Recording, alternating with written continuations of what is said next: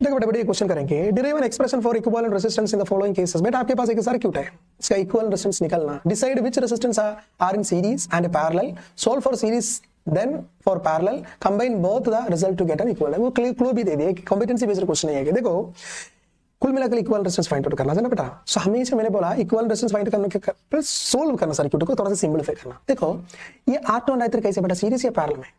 Majority बच्चे में doubt है कि कैसे फाइंड आउट करना सीरीज और पैरेलल। सिंपल सा ट्रिक है मेरे पास बेटा, जहां डाउट है वहां भेज दो आपका एक इमेजिनरी करंट आई को।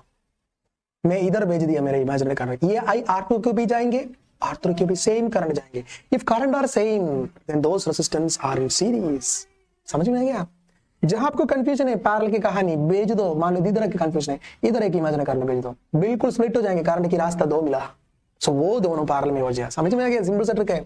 सो ट्रिक ये है कि इमेजिनरी करंट भेजना। ट्रिक क्या बेटा? इमेजिनरी करंट भेजना आपको पता चलेगी। सो आपको पता चला R2 एंड R3 सीरीज में, सिमिलरली R4 एंड R5 कैसे बेटा, दो सारे इन सीरीज में।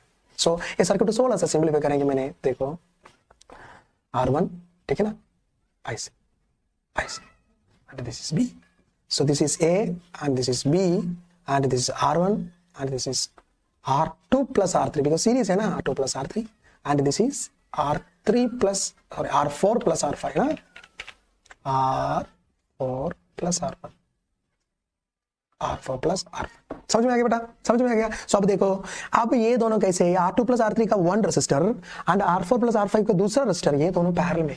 सो ये पैरेलल को खत्म कर दो पहले, पैरेलल को खत्म कर दो मतलब सोल्व कर दो पहले। कैसे सोल्व करेंगे बेटा? सो सिंपल सा बात है, प्रोडक्ट बाय सम है ना।